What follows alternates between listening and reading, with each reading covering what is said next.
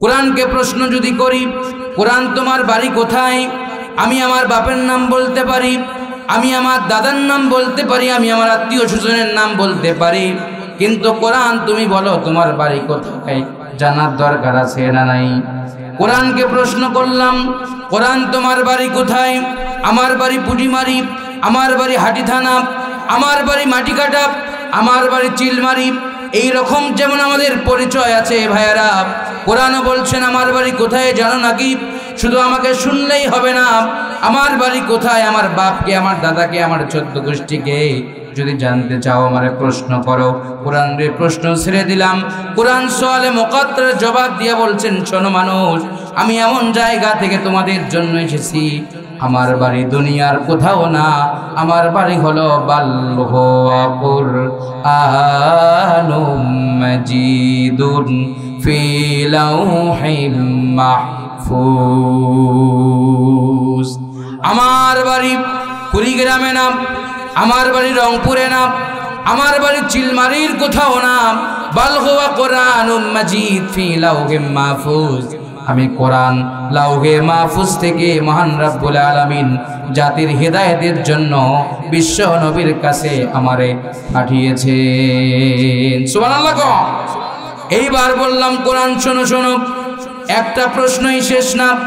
কোরআন তোমার বাড়ি লাউহে মাহফুজে, বুঝতে পারলাম কোন দিন তোমার জন্ম হয়েছে, শনিবার নাকি রবিবার, সোমবার নাকি মঙ্গলবার, বুধবার, কোন দিন কোরআন তোমার জন্ম হয়েছে? কোরআন ডাক দিয়া বলছেন, জাতির লোকেরা সেই কথাও যদি জানতে চাও, আমি কোন সময় দুনিয়াতে এসেছি, কোন সময় আমার জন্ম হয়েছে, কোন সময় চলে যাব, আমি এমন দিনে আসছি, এমন দিনে জাতির ভাগ্য বদলানোর জন্য আমি পৃথিবীতে এসেছি, সেই দিনের কথা তোমরা শুনতে চাও নাকি? বললাম হ্যাঁ, কোরআন বলো। কোরআন জবাব দিয়া বললেন, শাহরু রমাদান আল্লাযী উনজিলা ফীহিল কুরআন। কোরআন বলছেন, খুব মনোযোগ দেন বাবাজিরা, আমার মুরব্বীরা।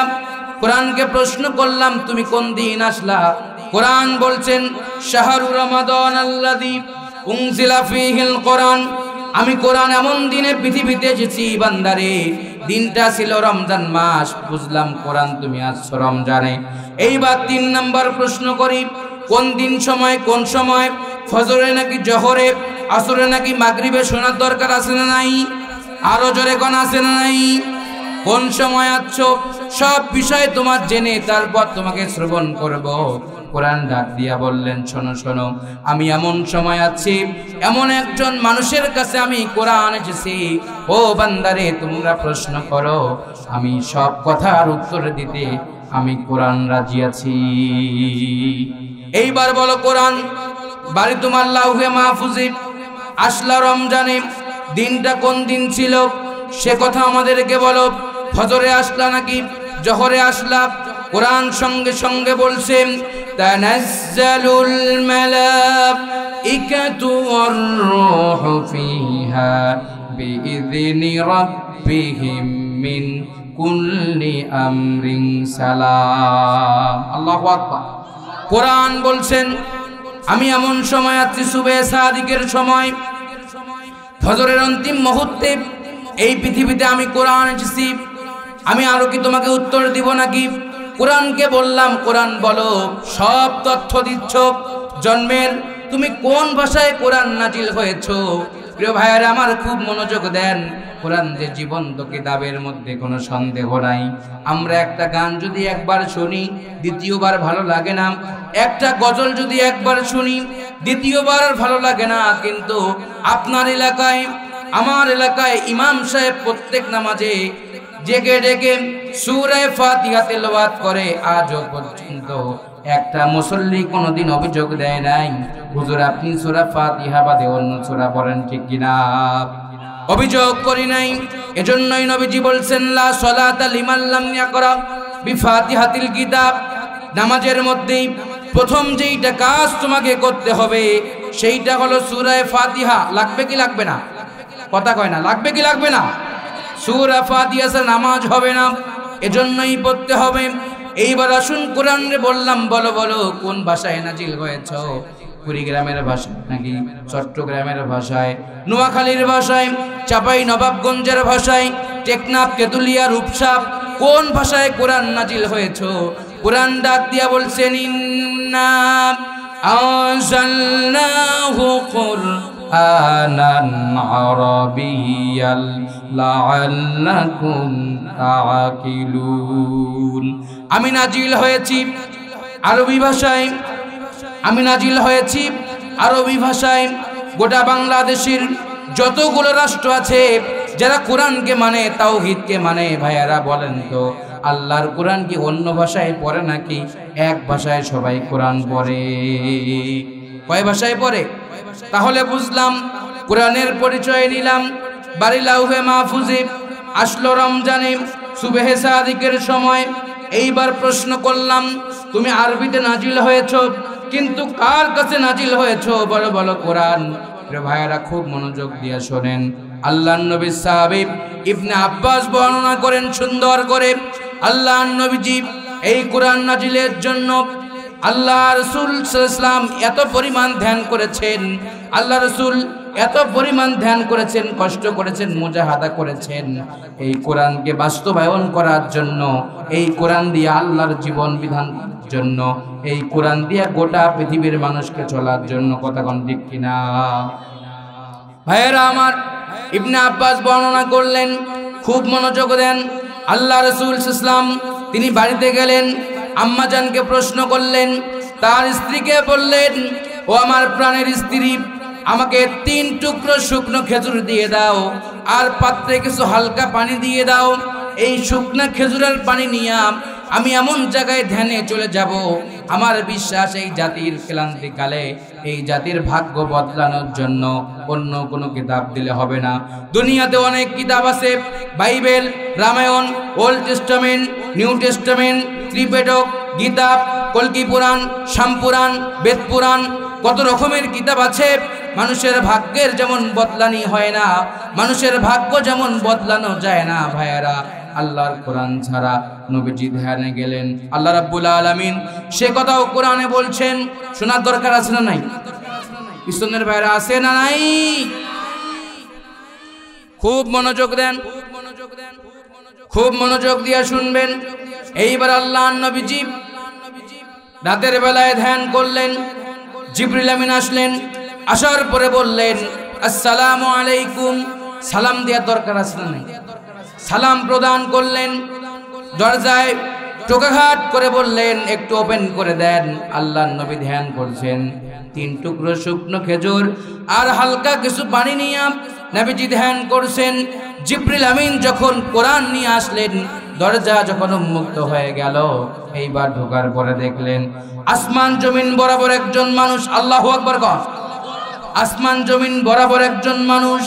এইবার যখন প্রবেশ করলেন, তিনি ভয় পেয়ে গেলেন, ডাক দিয়া বললেন, ভয়ের কিছু নাই, আমি জিবরিল আপনার কাছে এমন সমাধান নিয়ে এসেছি। ভাইয়েরা, অনেক মানুষ আছেন, আগে আমরা বলতাম সব সমস্যার সমাধান দিতে পারে আল কোরআন। কথা কোন ঠিক কিনা?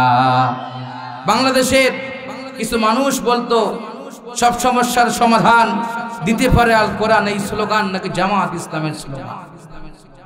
96% মুসলমানের দেশে, 56,000 বর্গ মাইলের বাংলাদেশে আল্লাহর কোরআনের মাহফিল চলবে, চলতেই থাকবে। 64,000 গ্রাম বাংলায় যারাই কোরআনকে বাধা দিতে আসবে, পিঠের চামড়া নিয়ে ঘরে ঘুরতে পারবে না। যদি এই পরিবেশ তৈরি হয়, কোরআন বিজয়ের ডাক আসে পুরিমানির ময়দান থেকে, আমি দেখতে চাই প্রয়োজনে মাথার পাগড়ি কোমরে বেঁধে কে আলিয়া, কে কওমি, কে খারেজি, কে চরমনাই, কে হেফাজত, কে তাবলীগ, দল বুঝি না। কোরআন বিজয়ের জন্য ডাক আসলে কারা কারা প্রস্তুত, তুই হাত তুলে দেখতে চাও।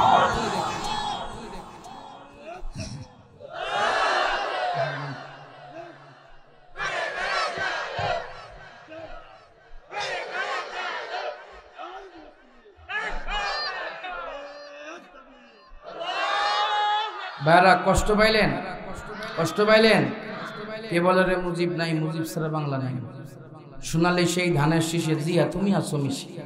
আল্লাহর আইন চাই, সৎ লোকের শাসন চাই, নেতা নয়, নীতির পরিবর্তন চাই, পীর সাহেব চর্ম না।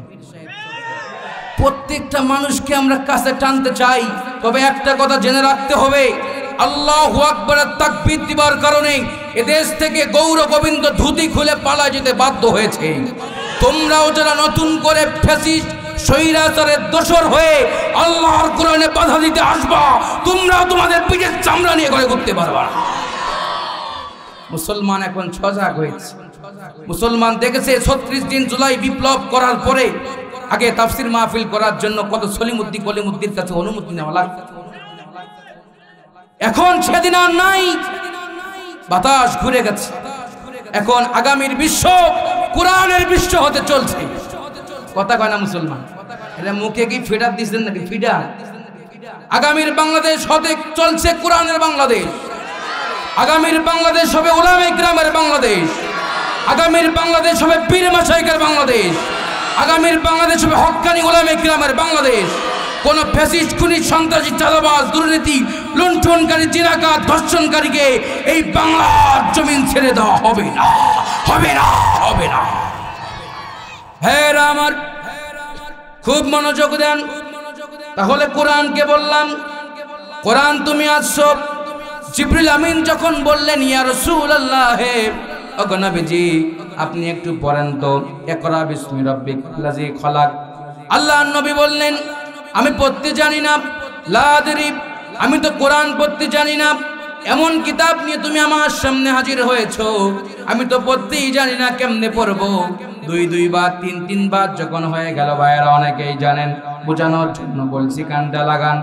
এইবার যখন পড়াই ফেললেন, পড়ার পরে আল্লাহর নবীজি ঘর থেকে যখন, তার জায়গা থেকে যখন তিনি ঘরের মধ্যে প্রবেশ করলেন, স্ত্রী বললেন ইয়া রাসূলুল্লাহ, হে ওগো নবীজি আপনি ভয়ে কেন করছেন, কেন একটু বলবেন?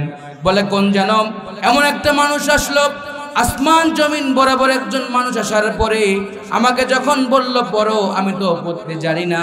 তিনবার যখন চিপ মারল, চিপটার পরে আমি যখন পড়তে লাগলাম, এজন্য ভয়ে আমার শরীরটা কাঁপতেছে। জাম্মিলুনি, চাদর দিয়ে জড়িয়ে ধরো, আমাকে চাদর দিয়ে আঁকড়ায় ধরো। সঙ্গে সঙ্গে বললেন নবীজি, জিন আপনাকে আক্রমণ করবে না, ভূত আপনাকে আক্রমণ করবে না, শয়তানের চামুন্ডা আপনাকে আক্রমণ করবে না। ইয়া রাসূলুল্লাহ, হে ওগো নবীজি আপনার উপরে যে কোরআন নাজিল হয়েছে, যে কিতাবটা আপনার উপরে নাজিল হয়েছে, এই কিতাব সাধারণ কোনো কিতাব না, এই কিতাব হচ্ছে মুমিন জাতির জান্নাতে যাওয়ার মাধ্যম।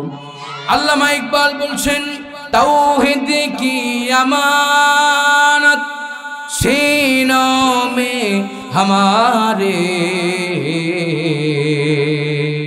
तौहीद की अमानत सीनों में हमारे,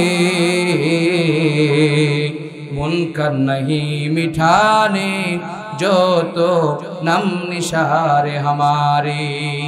বিশ্বকবি আল্লামা ইকবাল বললেন তাওহীদের একটা কিতাব যার নাম হলো কোরআন। সুবহানাল্লাহ কয় না? আর জোরে কোন সুবহানাল্লাহ। তাওহীদের কিতাবের নাম কোরআন। আল্লাহকে চেনা যায়, আল্লাহকে বোঝা যায়, আল্লাহ কেমন, তার রং কেমন, সব কোরআনেই বলেছেন, বোঝা যায় ভাইয়ারা। এজন্য আমি বলছি শুরুতেই, আগে কোরআনের পরিচয়টা নিলাম, কোরআনের সব ব্যাখ্যা বিশ্লেষণ নিলাম। এইবার চলুন তো এইবার আমরা সকলেই চলে যাই সেই কোরআনের দিকে। কোরআনে প্রশ্ন করলাম, তোমার বাড়ি কোথায় জানলাম, তোমার কোথা থেকে আসলা তাও জানলাম, কার কাছে আসলা কোরআন তাও আমি জানলাম। এইবার কোরআন তুমি বলো কেন পৃথিবীতে আসলা? অনেক তো কিতাব ছিল। কোরআন ডাক দিয়া বলছে, ইয়া আইয়ুহান নাসু قد جاءكم برهان من ربكم وأنزلنا إليكم نورا مبينا। কোরআন বলছেন বুরহান নামক শিজিব, আমি কোরআন আলো নিয়ে আছি যাতে করে মানুষেরা জান্নাতি হতে পারে। নূর দিবার জন্য আমি কোরআন পৃথিবীতে এসেছি। এই কোরআন আওয়াজ দিয়ে বলেন তো সকলের মানার দরকার আছে না নাই? কোরআনের পক্ষে থাকার দরকার আছে না নাই? এই কোরআনের পক্ষে থাকলে গেলে বিপদ আপদ মানার দরকার আছে না নাই? আমরা বাংলাদেশের মানুষ বলে দেশ স্বাধীন হয়েছে না। দেশ যদি স্বাধীন হইতো, বিপ্লব করে দেশ যদি স্বাধীন হইতো, তাহলে পাথর দিয়ে আমার জীবন্ত ভাইকে হত্যা করতো না। কথা কালকে ঠিক বলেন। দেশ যদি স্বাধীন হইতো, মায়ের সামনে মেয়েকে টেনে হেসড়ে ধর্ষণ করতে পারত না। দেশ যদি স্বাধীন হইতো, এদেশের মানুষ কোরআন বিজয়ের স্বপ্ন দেখেছে, ধর্ষণের সেঞ্চুরি করতে পারত না। দেশ যদি স্বাধীন হয়ে থাকে, তাহলে আসিয়াকে ধর্ষণ করা হয়েছে মাগুরায়, আজও পর্যন্ত বিচার হয় নাই।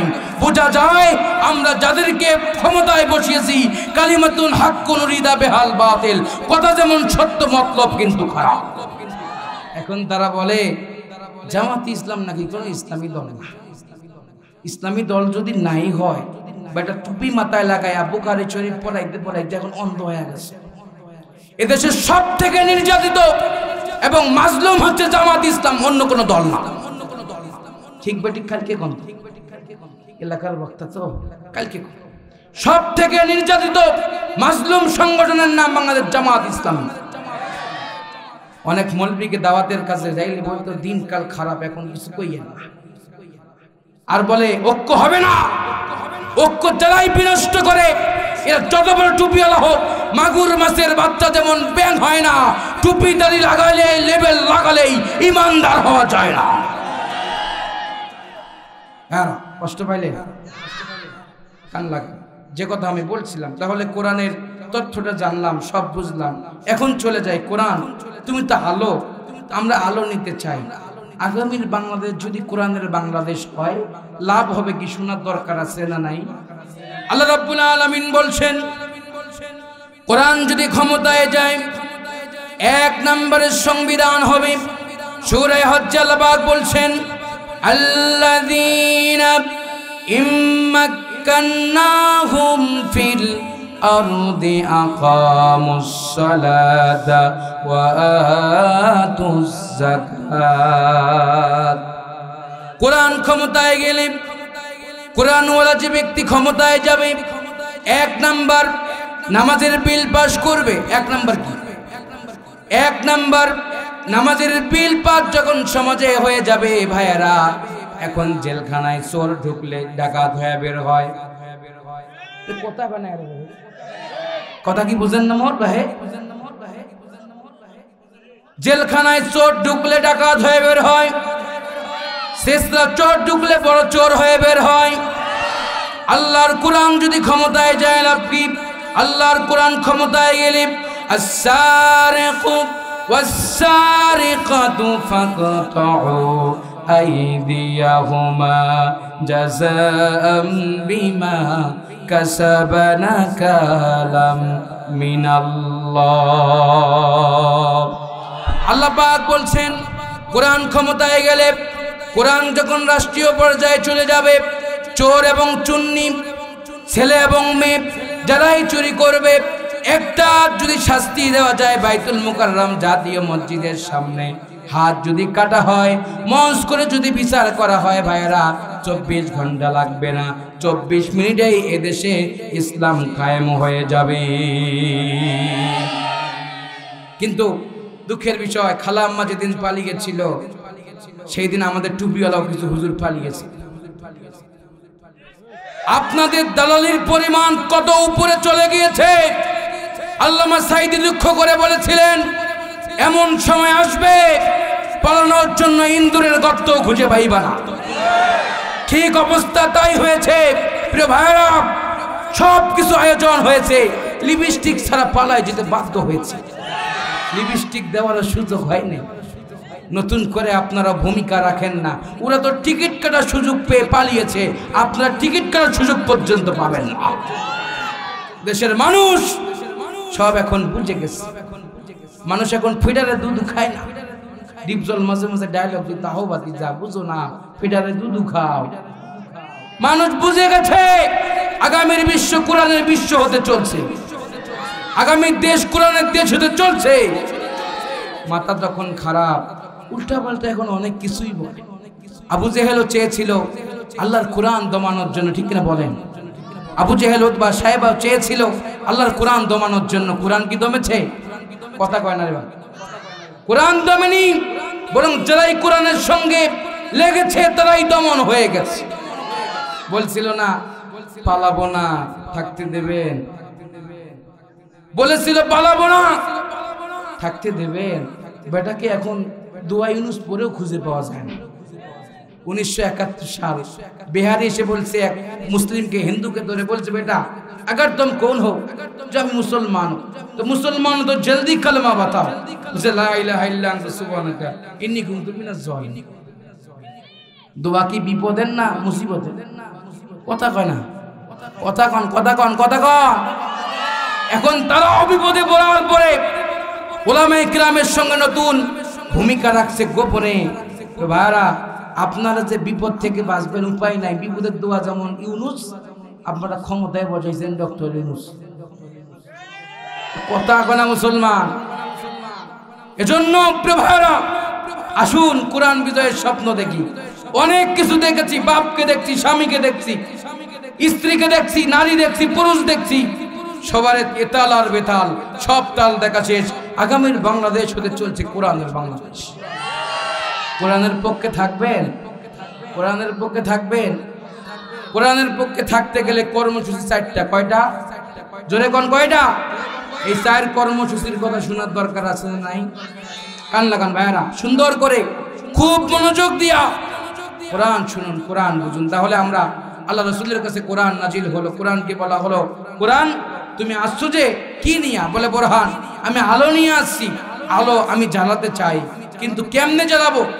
রাসূল করিম সাল্লাল্লাহু আলাইহি ওয়াসাল্লাম আলো জ্বালাবেন, ঘরে থাকলেন না, কোরআন নিয়ে প্রত্যন্ত অঞ্চল, গ্রামে গঞ্জে সব জায়গায় তিনি কোরআনের বাণী ছড়িয়ে দিলেন। ভাইয়ারা, এইবার কোরআনের বাণী যখন প্রত্যেক জাতির কর্ণগহরে কোরআন চলতে লাগলো, প্রত্যেকটা মানুষের অন্তরে যখন কোরআন চলে গেল, সঙ্গে সঙ্গে আল্লাহ রাসূলের সঙ্গে বেয়াদবি অন্য কেউ করলেন না। নিজের আপন চাচা, নাম তার হলো আবু জেহেল, তিনি শুরু করলেন। ঠিক কিনা বলেন? তিনি বললেন, কোরআন যদি প্রতিষ্ঠিত হয়ে যায়, কোরআন যদি বাস্তবায়ন হয়ে যায়, তাহলে আমার এই অবৈধ ব্যবসা, অবৈধ ক্ষমতা টিকসই হবে না। আমি এই কোরআনকে বন্ধ করে দিব। এই কোরআনকে যে মনেই হোক না কেন, কোরআনকে উঠায় দেব। আল্লাহ রাব্বুল আলামিন জানায় দিলেন, ও নবীজি, আপনার উপর যে কোরআন নাজিল হয়েছে, এই কোরআনের কোনো হেফাজতের দায়িত্ব কাউরে দেই নাই। এই কোরআন আমি নাজিল করেছি, এর হেফাজতের দায়িত্ব আমি আল্লাহ রাব্বুল আলামিন নিজেই নিয়েছি। আল্লাহ রাব্বুল আলামিন বলেন, ইন্না নাহানু নাযালনা যিকরা ওয়া ইন্না লাহু লাহাফিজুন। আমি কোরআন নাজিল করেছি, আর সংরক্ষণের দায়িত্ব আমি কোরআন নিজেই নিয়েছি। ভাইয়েরা, কোরআন তিনি নাজিল করলেন, কোরআন হেফাজতের দায়িত্ব তিনি নিয়ে নিলেন। ভাইয়েরা, তাহলে প্রশ্ন থাকতে পারে, কোরআন যদি আল্লাহ হেফাজত করে, তাহলে কোরআনের সঙ্গে বেয়াদবি করে কিন্তু বিচার হয় না কেন? আল্লাহ রাব্বুল আলামিন সে কথাও বলছেন, সবাই যদি বারবার তোমাকে পাকড়াও করে, কিন্তু আমি রাব্বুল আলামিন তোমাকে বারবার পাকড়াও করব না। আমি আল্লাহ রাব্বুল আলামিন তোমাকে একবার ধরবো, ওই ধরা থেকে তুমি আর পরিত্রাণ পাবে না। কথা কোন ঠিক কিনা ভাইরা? তাহলে আমরা শুনলাম কোরআনের পরিচয়। এখন আমরা আমাদের মূল বক্তব্যে যাওয়া যাক। ঠিক না বল? আমি তেলাওয়াত করেছিলাম আপনাদের সামনে সূরা হামিম আর সাজদা। সবাই আওয়াজ দেন তো, কোন সূরা? হামিম আর সাজদা, 33 নম্বর আয়াতে কারিমা। অসংখ্য আয়াতের মধ্য থেকে আমি ছোট্ট একটি আয়াতে কারিমা তেলাওয়াত করেছি। এর শাব্দিক অর্থ হচ্ছে ইন্নাল্লাযিনা, সবাই গণ, ইন্নাল্লাযিনা ক্বালু রাব্বুনা আল্লাহ। এর মানে হলো নিশ্চয়ই যারা বলে আল্লাহ আমাদের রব। সুবহানাল্লাহ কর। ইন্নাল্লাযিনা, নিশ্চয়ই যারা, ক্বালু রাব্বুনা আল্লাহ, বলে রব আমাদের আল্লাহ, সুম্মাস্তাকামু, ইস্তেকামাত থাকে, দৃঢ় থাকে, প্রতিষ্ঠিত থাকে, তাতানাজ্জালু আলাইহিমুল মালাইকা। সুবহানাল্লাহ কর। আমি নাজিল করব ফেরেশতা, আল্লাহ তাখাফু, তাদের কোনো ভয় নাই, ওয়ালা তাহজানু, ওদের কোনো টেনশন নাই, ওয়া আনতুম লা লাউনা ইন কুনতুম মুমিনিন, যদি তারা মুমিন হয় আমি আল্লাহ আসমান থেকে তাদেরকে সাহায্য করা ওয়াজিব হয়ে যায়। সুবহানাল্লাহ। কাল সকালে কর কি হবে সুবহানাল্লাহ? শাব্দিক অর্থ হলোই। এবার চলুন ব্যাখ্যায় চলে যাই। আল্লামা সানাউল্লাহ পানিপতি রাহিমাহুল্লাহ সুন্দর করে রবের ব্যাখ্যা লিখতে গিয়া, আল্লাহর নামের ব্যাখ্যা লিখতে গিয়া 40টা অর্থ ব্যবহার করেছেন। কয়টা? সবাই কোন কয়টা? 1 নম্বরের অর্থ হলো, রব শব্দের 1 নম্বর অর্থ হলো আইনদাতা, বিধানদাতা, সৃষ্টিকর্তা, জমিন যার, আইন চলবে তার। আলাহুল খলক ওয়াল আমর, সৃষ্টি যার, আইন চলবে তার। সকল ক্ষমতার উচ্চ জনগণ নয়, সকল ক্ষমতার উচ্চ জনগণ নয়, সকল ক্ষমতার উচ্চ জনগণ নয়, সকল ক্ষমতার উচ্চ কে? আরো জোরে কোন কে? ভাইরা আমার, ব্যাখ্যায় আসুন। আল্লামা সানাউল্লাহ পানিপতি রাহিমাহুল্লাহ তিনি বললেন, রবের 40টা ব্যাখ্যার 1 নম্বর ব্যাখ্যা হলো সৃষ্টিকর্তা, যিনি আমাদের সৃষ্টি করেছেন, যিনি আমাদের বানিয়েছেন, যিনি আমাদেরকে লালন পালনের দায়িত্ব পর্যন্ত নিয়েছেন। ভাইরা আমার বলেন তো, সেই আল্লাহর আইন মানার দরকার আমাদের আছে না নাই? এজন্য আল্লামা ইকবাল বলছেন, সাথী যা কা রাহা হ্যায় अजल से ताब इमरोज, सतीजा का रहा है अजल से ताब इमरोज, सिरागे मुस्तफा बीज़े शरारे भोला हबीब। তারা চায়, তারা চায়, তারা কারা? কাফেরেরা চায়। কারা চায়? কথা কয় না, মুরব্বীরা কথা কন। কারা চায় আল্লাহর কোরআন নিবে যা? কাফেরেরা চায়। এখনো অনেক মানুষ চায় আল্লাহর কোরআন বন্ধ হোক, তাফসির মাহফিল বন্ধ হোক। বলতে পারেন কাফেরেরা চায়, এরা তো নামাজও পড়ে, এরা তো রোজাও করে, এরা হজও করে, যাকাতও দেয়। তাব্বাত ইয়াদা আবি লাহাবি ওয়া তাব, আল্লাহ বলছেন ধ্বংস হোক আবু লাহাবের 2 হাত। আবু লাহাব নাই, আবু লাহাবের দুলা ভাইরা এখনো আছে। ওরা মন থেকে চায় আল্লাহ খুশি থাক, শয়তানও যাতে বেজার না হয়। 2 পক্ষের লোক, এই লোকগুলোই চায়। আমরা কোরআনের পক্ষে আছি, আমরা মসজিদ করেছি, মাদ্রাসা করেছি, আমরা হেফজখানাকে ভালোবাসি, কিন্তু ওইদিকে গিয়ে বলে হুজুররা রাজনীতির বক্তব্য ছাড়া কিছুই দেয় না। আমার নিজের বাবাকে বলেছিল চিলমারির মানুষ, তোর বেটা যে বক্তব্য দেয় আগামীতে জেলে যাওয়ার সম্ভাবনা আছে। আব্বাকে একদিন বললাম, আব্বা আমি যে ডাব্বা চালানোর মালিক, আমি তো ওয়াদা করে শপথ নিয়েই জান্নাতের বিনিময়ে নিজের জীবনকে বিলিয়ে দিয়ে কোরআনের কথা বলতে শুরু করেছি। আমার লিল্লাহে তাকবীর যেখানে AK-47ও কাজ করবে। মর্দে মুসলমানেরা নামাজ পড়লেই জান্নাত যাওয়া যায় না গো, আল্লাহর দিন কায়েমের স্বপ্ন দেখতে হয়। তসবিহ টিপলেই জান্নাত যাওয়া যায় না গো, আল্লাহর কোরআনের দিন কায়েমের স্বপ্ন দেখতে হয়। আপনি কয়বার হজ করছেন? আবু জেহেল 32 বার হজ করছেন। কয়বার? আবু জেহেল 32 বারের হাজি। হে বেটা মনে হয় জান্নাতি নাকি? আপনি মনে করেন সুবহানাল্লাহ 33 বার, হালকা জিকির 32 বার, আল্লাহু আকবার 34 বার, কনফার্ম জান্নাতি। মাহফিলের সভাপতি, যাত্রার প্রধান অতিথি, এক ঠেকায় কে জান্নাত।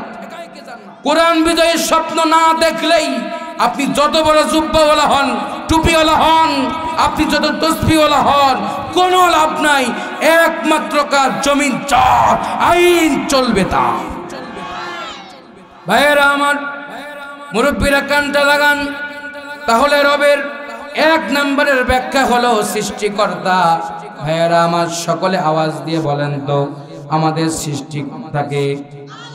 আরো জোরে কোন কি? আমাদের জাতির পিতার নাম কি? আরো জোরে কোন? অনেকের সন্দেহ আছে, অনেকের সন্দেহ আছে। জাতির পিতা এতদিন কইলাম একটা, আজকে কই একটা। জাতির পিতাকে, জাতির পিতাকে, আদি পিতাকে, হ্যাঁ, আমাদের বাপ কয়জন? বাপ আমাদের 4 জন। কয়জন? শোনার দরকার আছে না নাই? বাপ 4 জন, কিন্তু আমরা এমন পর্যায়ে চলে গেছি কোরআন তো বুঝতে চাই না, জাতির পিতা আরো 2-1 জনকে বানাই দিই। কথা কন, কুত্তা বেঁধে রেখে যদি প্রত্যেকটা ওয়াক্তে আপনি দোয়া ইউনুস পড়েন, আপনার দোয়া ইউনুসের পাওয়ারে মনে হয় কুত্তা ছাগল হবে। কথা কয় না? তাহলে আপনি মসজিদে যান, মাদ্রাসায় যান, দান করেন, সদকা করেন, কাবায় গিয়া পাথর নিক্ষেপ করেন, বাংলাদেশে এসে বলেন জাতির পিতা আরেকজন, আপনার ঈমান নাই, আপনাকে নতুন করে কালিমা পড়তে হবে। সহজ না। জান্নাত কারো মামুর বাড়ি না যে পৈতৃক সম্পত্তির ভাগ আপনি পাবেন। ভাইয়েরা আমার, বাপ যদি 4 জন হয়, ওই সন্তানের ডিএনএ পরীক্ষা করা দরকার, ঠিক কিনা বলেন? এজন্য আসুন, আদি পিতা আদম আলাইহিস সালামকে আল্লাহ রাব্বুল আলামিন যখন জান্নাতে বানালেন, বানানোর পরে বললেন, আদম রে, এই জান্নাতে খাও, জান্নাতে ঘুমাও, জান্নাতে বসবাস করো, ওই ফলের নিকট যেও না, ওই ফলটা ভক্ষণ করো না। আদমকে শয়তান ওয়াসওয়াসা দিয়া যখন ফলের কাছে নিয়ে গেলেন, তিনি যখন ওয়াসওয়াসায় পরে ফলটা খেয়ে ফেললেন, আল্লাহ রাব্বুল আলামিন জান্নাত থেকে কিছু সময়ের জন্য যখন বের করলেন বোঝানোর জন্য, সঙ্গে সঙ্গেই তিনি বললেন, রব্বানা যালামনা আনফুসানা ওয়া ইল্লা তাগফির লানা ওয়া তারহামনা লানাকুনান্না মিনাল খাসিরিন। আয় আল্লাহ, আমি আমার নফসের সঙ্গে জুলুম করেছি, আমি আজ জুলুম করব না, আপনি আমাকে পরিত্রাণ দিয়া দিন। ভাইয়েরা আমার, কানটা লাগান। আদি পিতা আদম থেকে আমরা সৃষ্টি হলাম। আদম আল্লাহর কাছে আর্গুমেন্ট করলেন, আয় রব্বুল আলামিন, একা একা জান্নাতে ভালো লাগে না, জীবন সঙ্গীত দরকার আছে না নাই? আরো জোরে কোন আছে না নাই? জীবন সঙ্গী দাও। আল্লাহ রাব্বুল আলামিন আদমের দোয়া কবুল করলেন। কবুলের পরে মা হাওয়াকে দিয়া দিলেন, জান্নাতের মধ্যে বসবাস করতে লাগলো। আল্লাহ রাব্বুল আলামিন সেই বসবাসের জায়গায়, সেই জায়গা থেকে আল্লাহ রাব্বুল আলামিন আপনাকে আমাকে এই জমিনে বানালেন শুধুমাত্র কেবলমাত্র একটা উদ্দেশ্য নিয়ে। সেই উদ্দেশ্যটা হলো, বান্দারে, এই জমিনে আমার কায়েম করতে হবে আমার দিন, অন্য কারো দিন নয়। এইবার কষ্ট হচ্ছে নাকি? আপনাদের কষ্ট হচ্ছে? কথা কি বোঝা যায়? কার কারা বুঝতেছেন হাত তুলেন তো। লিল্লাহে তাকবীর, নারায়ে তাকবীর। ভাইয়েরা আমার, এইবার জান্নাতের মধ্যে সঙ্গে স্ত্রীর সঙ্গে যখন বসবাস শুরু করলেন, সেই জায়গা থেকে যখন স্বামী আর স্ত্রী যখন জান্নাতের মধ্যে মিলন করলেন, সেই জায়গা থেকে আল্লাহ রাব্বুল আলামিন তার সন্তানগুলোকে এই জমিনে দিয়া দিলেন আল্লাহর দ্বীন কায়েম করার জন্য। শোনার দরকার আছে না নাই? ভাইয়েরা আমার, সেই জায়গা থেকে আল্লাহ রাব্বুল আলামিন আপনাকে আমাকে যখন বানালেন, আল্লাহ রাব্বুল আলামিন বললেন, ইন্নী জাইলুন ফিল আরদি খলিফা, নিশ্চয়ই তোমাদেরকে বানালাম এই জমিনের খলিফা করে, প্রতিনিধি করে। এই জমিনে তোমাদেরকে নেতৃত্ব দেওয়ার জন্য আমি তোমাদেরকে বানালাম। তোমরা আমার হুকুমত ছাড়া আর কারো হুকুমত কায়েম করবে না। সুবহানাল্লাহ। এইবার আসলাম, বাবা মা মিলিত হয়ে গেল। কেমনে আসলাম? ইজাব কবুল হয়ে গেল। মার বাবা মিলিত হবার পরে শুক্রাণু আর ডিম্বাণু, স্পার্ম আর ওভাম যখন মিলিত হয়ে গেল, রব্বুল আলামিন সেই জায়গা থেকে কেমনে আপনাকে আমাকে বানালেন শোনার দরকার আছে না নাই? কেমনে আসলাম? মা বাবা মিলিত হয়ে গেল, স্পার্ম আর ওভাম, শুক্রাণু আর ডিম্বাণু, আল্লাহ পাকের কুদরতে 40 দিনে জমাট রক্ত যখন হয়ে গেল, আর 40 দিনে যখন হাড়, কিডনি, লাঞ্চ, ফেফড়া, গোস্ত হয়ে গেল, সুন্দর যখন হয়ে গেলাম, আল্লাহ রাব্বুল আলামিন এইবার গর্ভের ভিতরে বনি আদম আপনাকে আমাকে অনেক সম্মানিত করেছেন। এইবার মায়ের গর্ভের ভিতরে কেমনে খাবার দিবেন? ছোট্ট মানুষ মায়ের গর্ভের ভিতরে আল্লাহ রাব্বুল আলামিন কেমনে খাওয়াবেন? মুখ হলো পবিত্র, সুবহানাল্লাহ কর। মুখ হলো পবিত্র, এই পবিত্র জায়গায় মাসিক যদি কখনো লেগে যায় সন্তানের মুখটা অপবিত্র হয়ে যাবে। আল্লাহ রাব্বুল আলামিন এই পবিত্র মুখটাকে সংরক্ষণ করার জন্য মায়ের নাভির সাথে আপনার আমার নাভির কানেকশন দিয়া আস্তে আস্তে মায়ের পেটের ভিতরে সুরক্ষিত ফলকে 9 মাস 10 দিন রেখে আপনাকে আমাকে এই জমিনে আল্লাহ রাব্বুল আলামিন নাজিল করলেন। ভাইরা আমার, এইবার আপনাকে আমাকে বের করবেন মায়ের পেট থেকে। কি জন্য বের করবেন শুনুন মনোযোগ দিয়া, খুব ভালো লাগবে, কানটা দিকে লাগান। আর একটা সিডিও আমাকে দিলেন না, বক্তব্য চলাকালীন যে লোকগুলো দাঁড়ায় থাকে, জায়গা থাকার পরে অনেক লোক দাঁড়ায় থাকে। আরে ভাই, এলাকার বক্তা মিয়া, তুমি তো এখনো আসল মাল চিনতে পারো নি। এই একরামুলকে ভাড়া করে নেওয়ার জন্য 3 মাস আগে 6 মাস আগ থেকে মানুষ লাইন ধরে তোমার সামনে বেড়াই। তুমি তো মনে করো কথাগুলো কি একরামুলের কথা কইতেছি নাকি কোরআন থেকে কইতেছি? হ্যাঁ, তুমি মর্ম বুঝবা কি? আমি কারো হলে তোমার কেন জ্বলে রে বন্ধু, তোমার কেন জ্বলে রে? সমালোচনা করা যায়, লোকটারে নিয়ে কথা কওয়া যায়। বেটা মঞ্চে এসে মাইকের সামনে দাঁড়ালে দুবাই উনুস পড়ার আগে তোমার উজু যাওয়ার সম্ভাবনা আছে। সমালোচনা করে যারা, ওরা পিছনেই থাকে, আর যা সমালোচনা করে হে বেটা বীর মুজাহিদের সামনে যায়। কথা বলছি কোরআন থেকে, এদিক সেদিক চিঠি হাবি জাবি দাঁড়িয়ে আছে। আরে ভাই, আমার কথা বলছি না, বলছি কোরআন থেকে। আদবের কথা আগেই বলেছি, তারপরে বক্তব্য যাচ্ছি। এই বক্তব্য এত সহজ না, জাতির পালস বুঝে বক্তব্য দিতে হয়। আপনি গেছেন ডাক্তারের কাছে, ডাক্তার মনে আপনাকে না দেখে অ্যান্টিবায়োটিক দিবে নাকি পরীক্ষা নিরীক্ষা করবে? আপনার রক্ত দেখবে, প্রস্রাব দেখবে, সব কিছু দেখার পরে অ্যান্টিবায়োটিক লিখবে যাতে আপনি দ্রুত সুস্থ হন। আমি যদি ডাইরেক্ট খাস তাফসির করি, সিলমারের লোক কালকে গিয়ে চায়ের দোকানে করবে অমুকের বেড়া কি ওয়াজ করছে। হ্যাঁ, মুই কি তোমার কথা বুঝুম না বাহে? তোমাকে আমি হারে হারে সেরম বাহে, তোমার গুলি তোমার পাঁচ বুঝি বক্তব্য দিবেন একসঙ্গ বাহে, তাহলে তোমরা বলে বোঝেন কালকে সমালোচনা না করেন। আর সমালোচনা যার চরিত্র, ও লোকটা করবেই, কায়দা করে একটা না একটা বিষয় ভুল বের করবেই। a + b whole square, a square + 2ab + b square. ভাইরা আমার, খুব মনোযোগ দেন। আল্লাহ রাব্বুল আলামিন এইবার মায়ের গর্ভের ভিতরে ইসপামারুভাম, শুক্রাণু আর ডিম্বাণু একত্রিত যখন করলেন, জমাট বাঁধা রক্ত হলো, রক্ত থেকে হাড় হলো, কিডনি হলো, গোশত হলো, লাশ হলো, ফেফড়া হলো। এইবার বান্দাকে বের করা লাগবে। বের করার আগে মায়ের পেটে খাবে কি, খাওয়ার সরঞ্জাম বাদী কি দেবেন আল্লাহ রাব্বুল আলামিন, যাতে করে বান্দার মুখের মধ্যে নাপাক রক্ত না লাগে। আল্লাহু আকবার।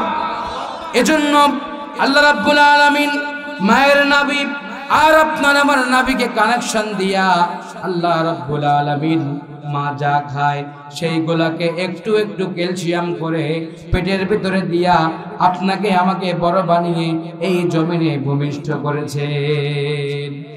ইমাম তাইমিয়া বলেন সন্তান যখন ডেলিভারি হবে, সন্তান যখন বের হবে, গন্ডগোল লাগলে, হরতাল শুরু হলে, জনগণকে দমানোর জন্য যেমন পুলিশ বাহিনী দিয়ে হয় না, স্পেশাল ফোর্স, কথা কোন ঠিক কিনা, স্পেশাল ফোর্স লাগে, সেনাবাহিনী লাগে। আল্লাহ রাব্বুল আলামিন বলছেন, ইমাম তাইমিয়ার কথা কি নকল করে বলছি ভাইরা, খুব মনোযোগ দিয়ে শোনেন। আল্লাহ রাব্বুল আলামিন ওই বান্দাকে, আপনাকে আমাকে বের করার জন্য একজন নয়, দুজন নয়, 70,000 ফেরেশতা স্পেশাল ফোর্স করে আল্লাহ রাব্বুল আলামিন মায়ের রেহেমের সামনে চাতক বাঘের মতো দাঁড়িয়ে থাকেন। সন্তান কেমনে বের হবে? ইমাম তাইমিয়া বলছেন, মায়ের বাম স্তনের নিচে ছোট্ট একটা নেটওয়ার্ক লাগানো আছে। এই নেটওয়ার্কটা কেমনে? মায়ের রক্ত যখন খনন হবে, মা যখন সেন্সলেস হয়ে যাবে, মায়ের কোনো হুঁশ থাকবে না। মা যখন চিনবে না, মা যখন দায়ের ঘরে চলে যাবে, মা কাউকে চিনছে না, রক্তক্ষরণ হয়েছে, আব্দুর রহিম বের হয়েছে। এইবার আব্দুর রহিম ইমাম তাইমিয়া বলেন উম্মা উম্মা করে আওয়াজ যখন দিবে, আওয়াজ দেওয়ার আগে আব্দুর রহিম যখন বের হতো, তার বাম পা দিয়া মায়ের বাম স্তনের নিচে এমন একটা আঘাত দিয়েছে, এই আঘাতের কারণে আল্লাহ রাব্বুল আলামিন মায়ের বাম স্তনের নিচে একটা ফরজি নেটওয়ার্ক লাগিয়ে দিয়েছে। সুবহানাল্লাহ। খালি নেটওয়ার্কের ব্যবস্থা হয়েছে, নেটওয়ার্কে ধাক্কা দিয়েছেন, বের হয়েছেন। মা অসুস্থ, মা কথা বলতে পারে না, মায়ের রক্তক্ষরণ হয়েছে। এইবার ইমাম তাইমিয়া বললেন তার নেটওয়ার্কের তারগুলো দুই ঠোঁটের মাঝখানে রাব্বুল আলামিন লিখে দিয়েছেন। উম্মা উম্মা যখন আওয়াজ করে, মা সেন্সলেস থাকা মা অসুস্থ হয়ে উম্মা উম্মার আওয়াজে সন্তানকে কোলের মধ্যে নিয়ে চুমা দিয়ে দেয়। চুমা দেওয়ার পরে সন্তান যখন মায়ের কোলে দেয়া হয়, মা সুন্দর করে সন্তানের জন্য দোয়া করতে থাকেন। মা সুস্থ হয়ে গেলেন।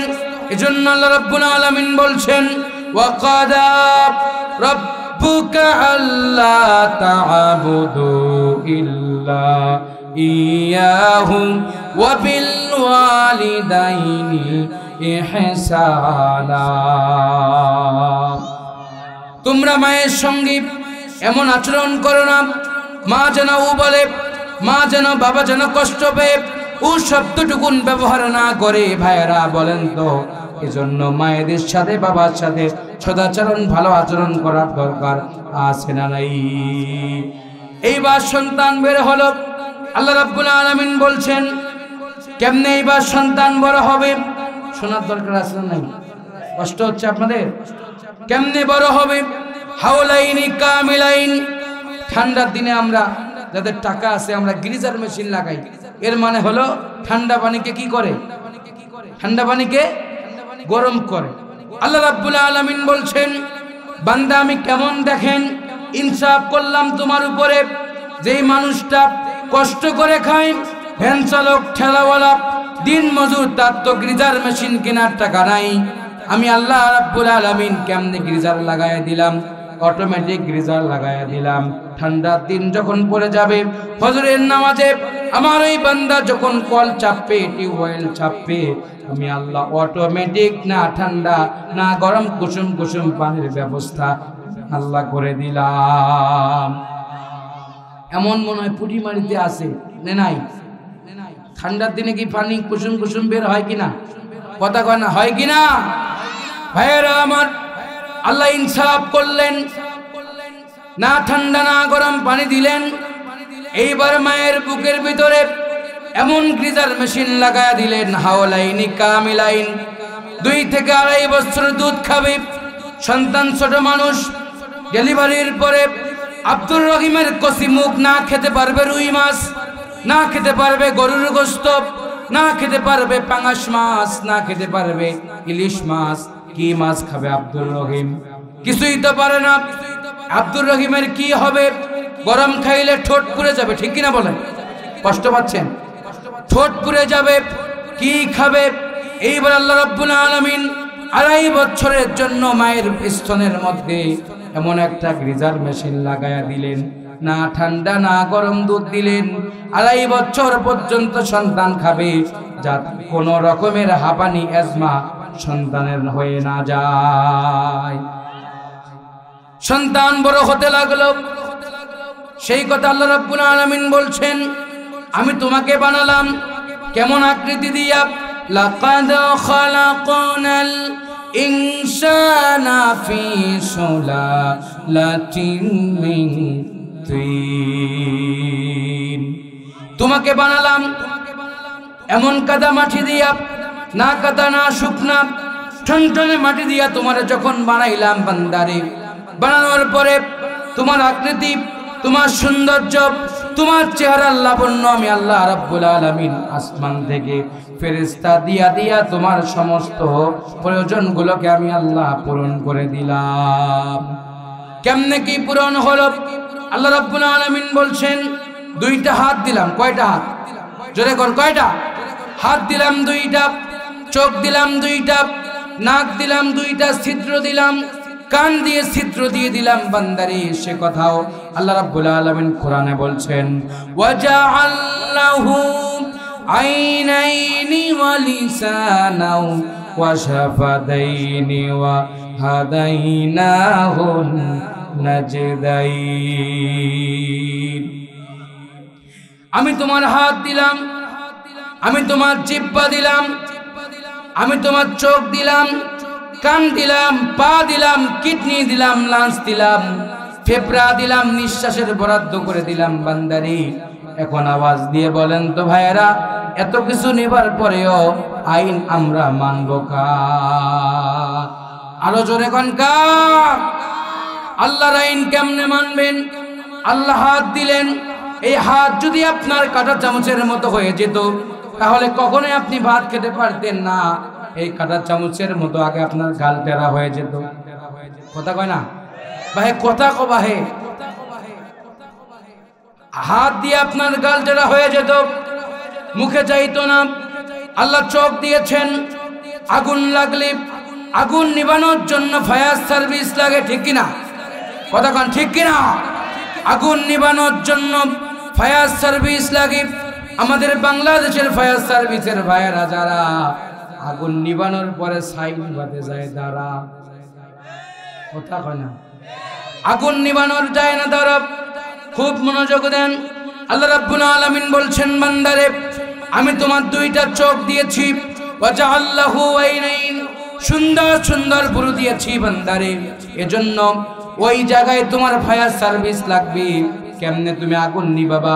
ভাইয়েরা আমার, যখন চোখে পোকা পড়ে যায় দুনিয়ার সবগুলো যেন অন্ধ হয়ে যায়, ঠিক কিনা? সব বন্ধ হয়ে যায়, চোখ দিয়ে পানি বের হয়। আল্লাহ রাব্বুল আলামিন জানাই দিয়েছেন বান্দারে, আমি আল্লাহ রাব্বুল আলামিন অটো ফায়ার সার্ভিসের ব্যবস্থা করে দিয়েছি। তোমার চোখে যখন পোকা পড়বে চোখের মধ্যে পানি আসবে, আর ফায়ার সার্ভিসের মতো পানি আসার পরে তোমার পোকাগুলো ঢেউ করতে থাকবে, আর একজন ভাই বের করে দিবে, তুমি শুকরিয়া আদায় বাগার। এজন্য বলছেন মন আমার দেহ ঘড়ি সন্ধান করে কোন মিস্ত্রি বানায় আছে, মন আমার দেহ ঘড়ি। কথা কথা সামিরা, কথা কর। মন আমার দেহ ঘড়ি সন্ধান করে কোন মিস্ত্রি বানায় আছে, মন আমার দেহ ঘড়ি। ঘড়ির হয়ার স্প্রিং জেবরা কেসিং লিভার হলো কলিজা, এই ঘড়ি তো আর করে ভাই আছে কোন মহাজন। দেহ ঘড়ির 14 নালা, তার ভিতরে 6টি খোলা, বাকি কটি বন্ধ রেখে মারফতি এক থালায় আছে। মন আমার দেহ ঘড়ি সন্ধান করে কোন মিস্ত্রি বানায় আছে, মন আমার দেহ ঘড়ি। মিয়া তুমি যত কোটিপতি হও, শিল্পপতি হও, অহংকারের ঠেলায় বাঁচো না। ঘড়ির কাঁটা একবার বন্ধ হলে তোমার লাশ 60 টাকা দিয়েও যাতে কিনবে না। তুমি একবার মনে দেখো তোমার সব শেষ। লাশ কবরে নিয়ে যাও, বাঁশ কাটো, খাটলি আনো, অমুক করো তমুক করো, তখন আপনি চেয়ারম্যান, মেম্বার, বক্তা, তক্তা কিছুই থাকবে না। আপনার নামের শুরুতেই থাকবে লাশ, শেষেও থাকবে লাশ। বিসমিল্লাহি ওয়ালা ফি সাবিলিল্লাহি ওয়ালা মিল্লাতি রাসূলিল্লাহ। রাসূলের কায়দায় যদি আপনার না হয় তাহলে কবরে যাবার পরে ফেরেশতারা কি বলবে শুনবেন কি একটু? কবরে যাবার কবে, ও ফেরেশতারা কবরে আইছে কারা? বলে আল্লাহ কবরে আইছে তারা কোরআনের মাহফিল শুনে নাই যারা, হাকিমপুরি যোদ্ধা দিয়ে পান খাইছে যারা।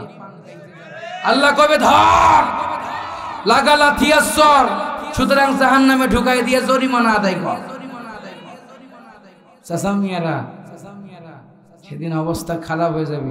কবে আমি তো কোরআনও শুনছিলাম, আমি সবাই করছি, মাঝে মাঝে দুই একটা বিড়ির টানো দিছি। ভাইয়েরা আমার, মুরব্বীরা কানটা লাগান। কষ্ট হয় নাকি? কানটা লাগান বাবাজিরা, আর কষ্ট দিব না। কষ্ট পাচ্ছেন নাকি? কষ্ট হচ্ছে? খুব মনোযোগ দেন।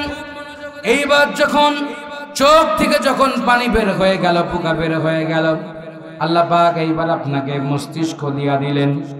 মস্তিষ্ক দিয়ে অনুধাবন করবেন, কোরআন শুনবেন।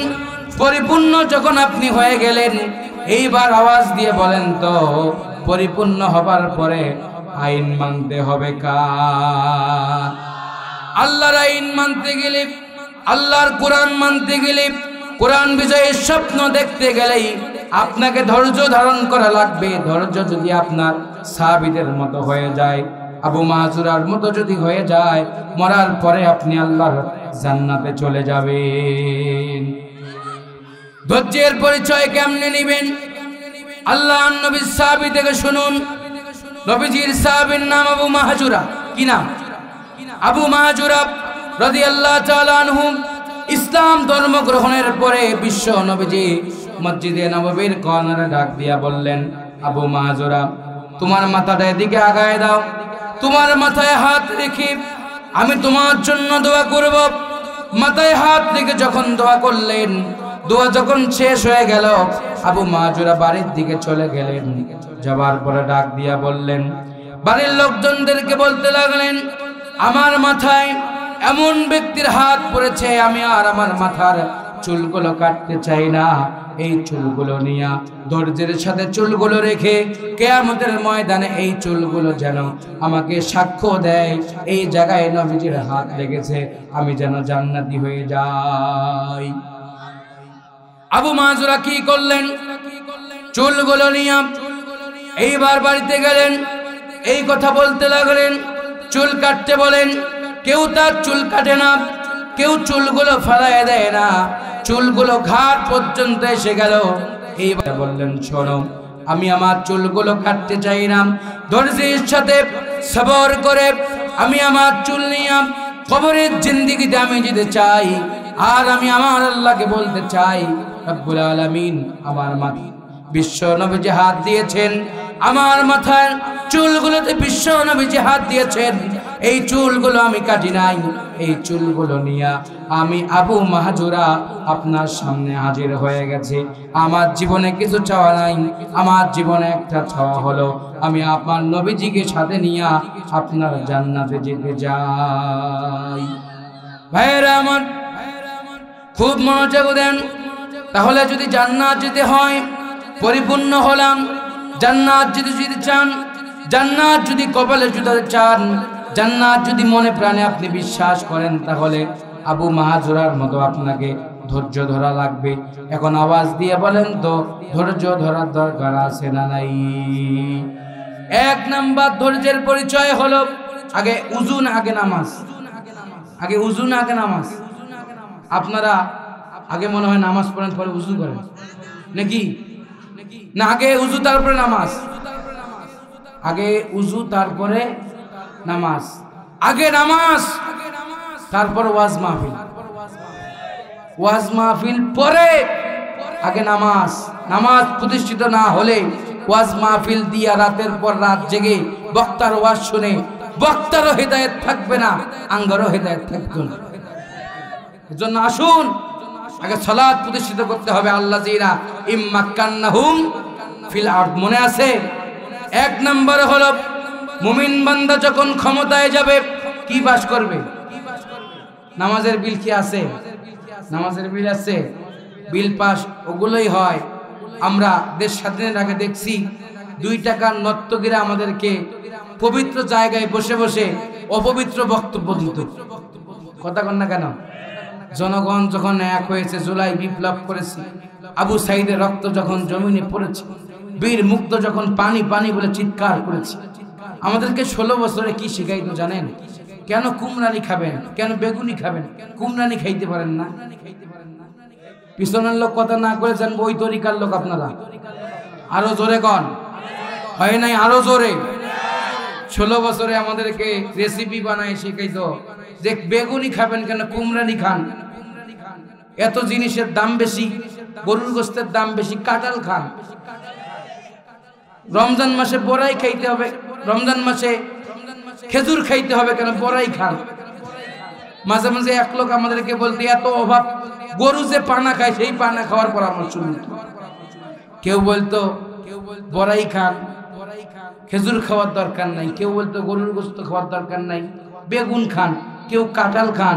কিন্তু নিজের ঘরে যখন ছাত্র জনতার বিপ্লব হয়েছে, কেউ শাড়ি, কেউ মশারি, কেউ রুই মাছ, কেউ পাঙ্গাস মাছ, কেউ হাঁসের গোশত, যে যা পেয়েছে গনিমতের মালের মতো সব নিয়েছে। পৃথিবীতে কেউ স্থায়ী হয় না, হোক না সে ফিরাউন কিবা নমরুদ। কেউ ভাবে চিরকাল রয় না, কেউ ভাবে চিরকাল রয় না। 41 সালের স্বপ্ন দেখেছিলেন, কিন্তু জনগণ 41 পর্যন্ত থাকতে দেয়নি। কথা কন, কথা কন, কথা কন। যদি এখন হা হু না করেন, বিপদের জায়গায় গিয়ে কালেমার বদলে বিপদের দোয়াই বের হবে। হ্যাঁ আমার, তাহলে আগে আমাদের প্রতিষ্ঠিত করতে হবে নামাজ, ঠিক কিনা বলেন? আল্লাহর নবীজি তার ইন্তেকালের পূর্ব মুহূর্তেই নবীজি নামাজের কথা বলেছেন। কিসের কথা বলেছেন? কিসের কথা? হ্যাঁ আমার, কানটা লাগান, এদিক সেদিক নয়। আল্লাহর নবীজি দুনিয়া থেকে চলে যাবেন, খুব মনোযোগ দেন। নবীজি দুনিয়া থেকে চলে যাবেন এমন সময় আল্লাহর নবীজির ঘরের ভিতরে স্ত্রীদেরকে নিয়ে বসে গেলেন, মাথাতে তেল মালিশ করছেন। স্ত্রীরা তার উরুর উপরে বিশ্ব নবীর মাথা দিয়ে বলছেন, ইয়া রাসূলুল্লাহ, হে ওগো নবীজি, আপনার ভীষণ জ্বর হয়েছে, না জানি আপনার কি হয়ে যায়। আল্লাহ রাসূল বললেন, আমার স্ত্রীরা, আমার জ্বর থাকবে, জ্বর শেষ হবে না। একটা কাজ তোমরা করতে পারো, কাজটা হলো কি, তোমরা একটা মেসওয়াক নিয়ে আসো, এই মেসওয়াক দিয়ে আমাকে করায় দাও, এই মেসওয়াক দিয়ে আমাকে ব্রাশ করাও, মেসওয়াক করায় দাও, গরম পানি আর লবণ দিয়ে কুলি করাও, কিছুক্ষণের মধ্যে আমি সুস্থ হয়ে যাব, তোমরা টেনশন করো না। আল্লাহ নবীজির স্ত্রীরা তাই করলেন, কিন্তু আল্লাহ নবীজি সুস্থ হন না। দিন যত যায়, সময় যত পেরিয়ে যায়, নবীজি অসুস্থ হয়ে যান। ভাইয়েরা আমার, আল্লাহ রাসূল যখন অসুস্থ হয়ে গেলেন, বিশ্ব নবীজি ডাক দিয়ে বললেন, প্রাণের স্ত্রীরা, তোমরা শুনে রাখো, এই জ্বর আমার দুনিয়াতে থাকার জন্য আমার জ্বর হয়নি, বরং এই জ্বর আমার হয়েছে এই দুনিয়ার সব সফরগুলো শেষ করে আল্লাহর সঙ্গে দেখা করার জন্য। আল্লাহু আকবার। আমার জ্বর হয়েছে, তোমরা কষ্ট পেও না, গরম পানি দাও, লবণ দাও, গড়গড়া করে আমি নেব, সুস্থ থাকবো কিছু সময়। তাই করলেন। আল্লাহ রাসূল সাল্লাল্লাহু আলাইহি সাল্লাম এইবার গরম পানি আর কুলি করার পরে আবার শুয়ে পড়লেন। আম্মা জানেরা মাথায় তেল মালিশ করছেন। এইবার হঠাৎ করে কে যেন ঘরের নক করলেন, সঙ্গে সঙ্গে দরজা খুলতে গেলেন। দরজা খুলতে গিয়া দেখতে পারলেন আসমান জমিন বরাবর একজন মানুষ দাঁড়িয়ে আছে। আবার দরজা বন্ধ করে দিলেন। আল্লাহ রাসূলকে অবগত করলেন, ইয়া রাসূলুল্লাহ, এমন একজন মানুষ আছে আসমান জমিন বরাবর কোনোদিন দেখি নাই, ভয় পেয়ে গেলাম, দরজা বন্ধ করে দিলাম। নবীজি, আপনি অনুমতি দিলে দরজা খুলে দিব। জোরে কোন আল্লাহু আকবার, জোরে কোন আল্লাহু আকবার। আপনি অনুমতি দিলে আমি দরজা খুলব। অনুমতি দেওয়ার পরে দরজা যখন খুলে দেওয়া হলো, এইবার মালাকুল মউত ঘরে প্রবেশ করলেন। সালাম দিয়া যখন বগলে বসে গেলেন আর বললেন, ইয়া রাসূলুল্লাহ, আপনি যদি অনুমতি দেন তাহলে অপারেশনটা আজকে করে নিব। ডাক দিয়া বললেন, মালাকুল মউত আজরাইল, আর দেরি নয়, অপারেশন করবা, কোনো সমস্যা নাই। আমার কিছু কথা তোমার সঙ্গে আছে যা আমার উম্মতি মুহাম্মদীর জন্য আমি নবীজি বলে যাব। সুবহানাল্লাহ। কাল সকালে কোন এইবার আল্লাহ রাসূল বিশ্ব নবীজি কি কাজ করলেন? মালাকুল মউতকে বললেন, তুমি বসো, আমার রূহ কবজ করার আগে কি কি কাজ আছে সেরে নাও। এইবার মালাকুল মউত ডান হাত যখন বিশ্ব নবীর সিনায় তুলে দিলেন, খুব মনোযোগ দিয়া শোনেন, কানটা লাগান ভাইয়ারা, ও মুরব্বী বাবারা, মায়েরা। সিনায় যখন হাত তুলে দিলেন, সঙ্গে সঙ্গে হাতটা নামায় দিয়া বললেন, ও মালাকুল মউত আজরাইল, তুমি যখন তোমার হাত দিয়েছো আমার সিনায়, আমার মনে হয়েছে উহুদ পাহাড়ের মাটিগুলো সবগুলো যদি আমার সিনায় তুলে দাও, তার থেকে বড় কষ্ট পাচ্ছি মালাকাল মউত রে, আর আমারে কষ্ট দিও না। হাতটা নামালেন, সঙ্গে সঙ্গে নবীজি একটু সুস্থতা বোধ করলেন। আবার যখন হাত তুললেন, মালাকাল মউতকে বললেন, ও মালাকাল মউত রে, শোনো, তুমি যখন দ্বিতীয়বার আমার সিনায় হাত তুলে দিয়েছ, আমার মনে হয়েছে আমি যদি বাবলা গাছের কাঁটাগুলো যদি আমার পেটে নেই, আর যদি আমি আমার নাভি দিয়ে টান মারি, যে পরিমাণ কষ্ট হবে রে, তার থেকে দ্বিগুণ কষ্ট পাচ্ছি। ও মালাকাল মউত, আর কষ্ট দিও না, অপারেশন থাকলে তুমি সেরে নাও। জোরে কোন আল্লাহু আকবার, আরো জোরে কোন আল্লাহু আকবার। মালাকাল মউত অপারেশন করলেন না, মৃত্যুর যন্ত্রণা কত কঠিন, ভালো করে শোনেন। অপারেশন করলেন না, মালাকাল মউত চলে গেলেন রবে কাবার কাছে, আল্লাহর কাছে চলে গেলেন। যাওয়ার পরে রব্বুল আলামিনকে বললেন, আল্লাহ তাআলা, আপনার দোস্ত অপারেশন করতে গিয়ে যখন অনুমতি নিয়ে হাতটা দিয়েছি, আপনার বন্ধু কষ্ট অনুভব করেছে, আমি আর অপারেশন না করে আপনার কাছে অনুমতি নেওয়ার জন্য আসলাম। আল্লাহ রাব্বুল আলামিন বললেন, যাও যাও আমার দোস্তর কাছে, দোস্তকে গিয়া বলবা, যতদিন পর্যন্ত হায়াতি চাবে আমার নবীজি, ততদিন পর্যন্ত আমি তার হায়াতি দিয়া দেব। এইবার মালাকাল মউত যখন আসলেন, আসার পরে বললেন, ও নবীজি, আল্লাহ অনুমতি দিয়েছেন, আপনার দোস্ত, আপনি তার জন্য খুশি, সে আপনার জন্য খুশি, আপনার দোস্ত আপনাকে অনুমতি দিয়েছেন। আল্লাহু আকবার। আপনার দোস্ত আপনাকে অনুমতি দিয়েছেন, আপনি কতদিন হায়াত চান? আল্লাহর নবী বললেন, আমি হায়াত চাই না, তুমি আমার অপারেশন সাকসেস করে নিয়ে যাও। এইবার বললেন, না না, আপনি হায়াত চান নাকি একটু বলেন তো? বলে, আমি কোনো হায়াত চাই না, তবে একটা কথা, ও মালাকাল মউত শুনে রাখো, ওই যে আমার জানালা থেকে মদিনার নববীর মসজিদ দেখা যায়, আমার হাতে করা মসজিদ, ওই মসজিদে দেখো আবু বকর, ওসমান, আলী, ওই দেখো সব সাহাবীরা দাঁড়িয়ে আছে। আমার সাহাবীদের দিকে আমি লক্ষ্য করে এই কথাটুকুন বলতে চাই, আমার সাহাবীরা রে, আমি যাওয়ার জন্য প্রস্তুতি গ্রহণ করেছি, আমার অনুপস্থিতিতে তোমরা ইমামতি গুলো তোমরা করে নিবা। ইমামতি করবেন কি? আবু বকর না আলী, ওমর না ওসমান? কে ইমামতি করবেন? শোনার দরকার আছে না নাই? ভাইয়েরা আমার, আল্লাহর নবীজি জিবরিল আমিন বসে আছেন ঘরে। এইবার আম্মা জানকে বললেন, স্ত্রীকে বললেন, ও প্রাণের স্ত্রী, দরজা খুলে দাও, দরজা খুলে দাও, জানালা খুলে দাও, আমি আমার মন থেকে একবার আবু বকরের দিকে দেখব, ওমরের দিকে দেখব, ওসমানের দিকে দেখব, আমার জামাতা আলীর দিকে আমি দেখব, আমার কলিজা শীতল হয়ে যাবে। আল্লাহু আকবার, আরো জোরে আল্লাহু আকবার। আমার কলিজা শীতল হয়ে যাবে। এইবার দরজা যখন খোলা হলো, আল্লাহর নবীজি আবু বকরের দিকে ফেল ফেল করে তাকায় দেখছেন আর কান্না করছেন। আবু বকর দেখতে পারলেন নবীজি কাঁদছেন, ওমর দেখতে পারলেন নবীজি কাঁদছেন। এইবার দৌড়ে আসলেন, আসার পরে বললেন, ইয়া রাসূলুল্লাহ, গে ওগো নবীজি, আপনি কেন কাঁদেন, কি হয়েছে?